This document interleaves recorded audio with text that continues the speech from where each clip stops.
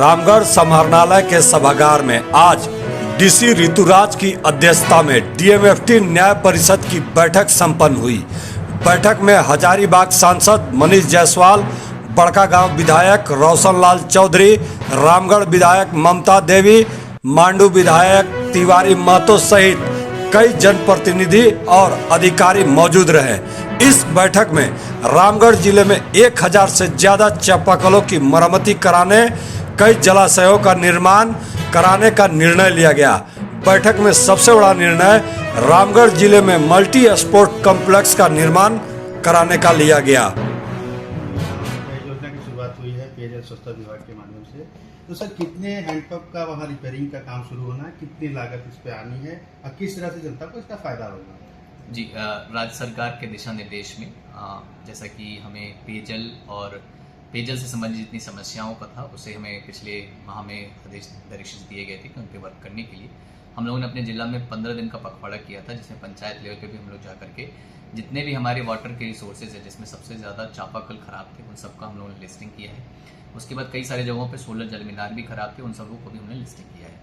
उसी को हम लोगों ने जब इनलिस्ट किया तो लगभग 1000 चापाकल हम लोगों ने पूरे जिला में आइडेंटिफाई किए। इसमें से लगभग 300 चापाकल ऐसे हैं जो पेयजल विभाग झारखंड सरकार के द्वारा सैंक्शन दिया गया और इसमें से 700 ऐसे हैं जो हम लोगों ने जिला के डीएमएफटी फंड से सैंक्शन किए हैं।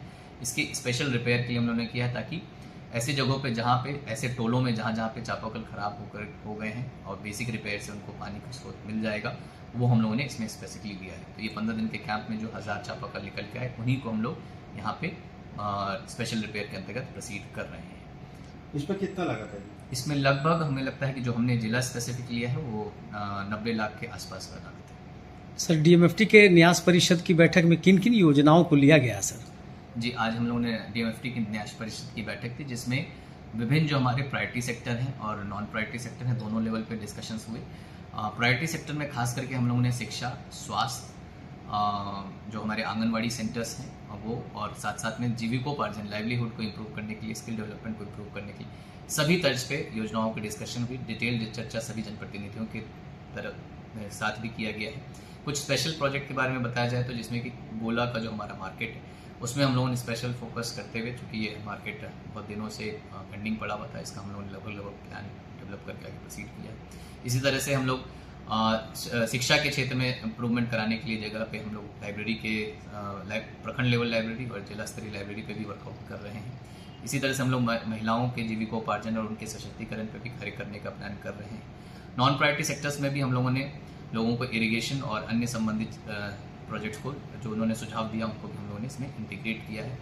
ऐसी चीज़ों को हम लोग आधारभूत संरचनाओं पर भी वर्क कर रहे हैं जो जिला के लिए एक पब्लिक यूटिलिटी की तरह से आगे काम आए, शहर के लोगों को भी इसमें फ़ायदा मिल सके। तो इस तरीके से ग्रामीण क्षेत्र और शहरी क्षेत्र जितने भी तरीके से बैलेंस तरीके से हम लोग योजना लें, इस पर पूरा ध्यान रखा गया है। सर, एक बात और सामने ये कि सभी जगह स्टेडियम वगैरह बनाया जाएगा प्रखंड लेवल पे, तो उस पर लेकर क्या उस पर डिसीजन हुआ? नहीं, ऐसा प्रखंड लेवल स्टेडियम का डिस्कशन नहीं हुआ है, चूँकि माननीय जनप्रतिनिधियों द्वारा कहा गया कि हमारे शहर में कोई ऐसा अभी स्थान नहीं है जहां युवाओं को और खेल के खिलाड़ियों को खेलने का एक प्रॉपर प्रोमिनेंट जगह मिल सके।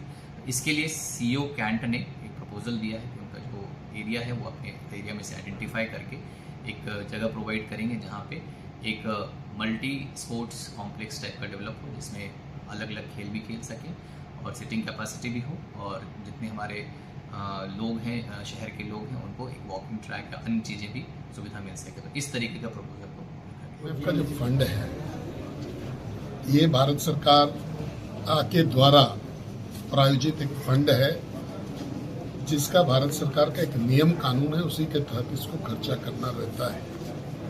तो काम तो बहुत है, लेकिन जन आकांक्षाओं का जो काम है, जो महत्वपूर्ण काम है, उनको लेने का हम लोगों ने इस बार निर्णय किया है, जिसमें सभी सेगमेंट का जो है वो काम है। प्रायोरिटी सेक्टर का भी काम है, नॉन प्रायोरिटी सेक्टर का भी जो काम है वो दोनों है। तो इन दोनों कामों को लेकर के हम लोग ये करेंगे। अब अगर आप देखिएगा तो शिक्षा, स्वास्थ्य, रोजगार, इंफ्रास्ट्रक्चर, इन सभी चीज़ों का समावेश जो है इसमें किया गया और प्रयास रहेगा।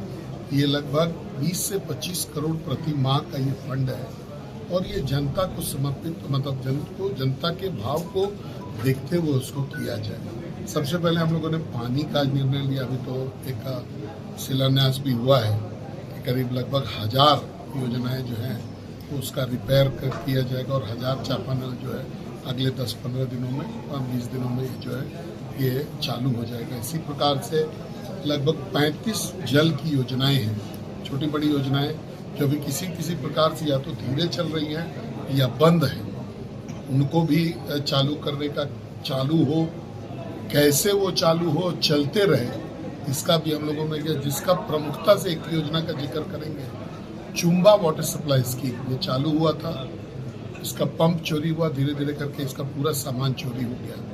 अब उसको भी आज हम लोगों ने निर्णय लिया है कि डीएमएफटी से पुनः उसको स्थापित करके चुम्बा के लोगों को भी पानी मिलेगा। इस प्रकार से अन्य भी बहुत सारी योजनाएं हैं। रामगढ़ जिला के लिए जो 2 महत्वपूर्ण योजनाओं को जिसको हम लोगों ने पारित किया वो है एक खेल का स्टेडियम। रामगढ़ जिला जब से बना तब से खेल का कोई स्टेडियम पूरी तरह पूर्णतः खेल को डेडिकेटेड स्टेडियम नहीं है, उसके निर्माण का रास्ता क्लियर हुआ। रामगढ़ में अगर आप कहीं पर 500 से ऊपर के लोगों का अगर कोई सांस्कृतिक कार्यक्रम करना चाहें, कोई और फंक्शन करना चाहें तो कोई जगह नहीं है, आपको कोई प्राइवेट बैंक्वेट हॉल लेना पड़ेगा। तो एक टाउन हॉल के निर्माण का रास्ता हम लोगों ने साफ किया। हर पंचायत में सूटेबल अगर जमीन मिलता है तो वहाँ पर सामुदायिक भवन, बहुउद्देशीय भवन हम लोग कहें, उसका रास्ता हम लोगों ने साफ किया कि आज वो बनेगा। इसी प्रकार से हर एक सब्जेक्ट में गोला का जो मार्केट है, बहुत दिनों से आप जानते हैं कि गोला कृषि प्रधान ये है, वहाँ का मार्केट क्षेत्र में बहुत बड़ा जो है पार्किंग का भी इशू है, जाम भी लगता है।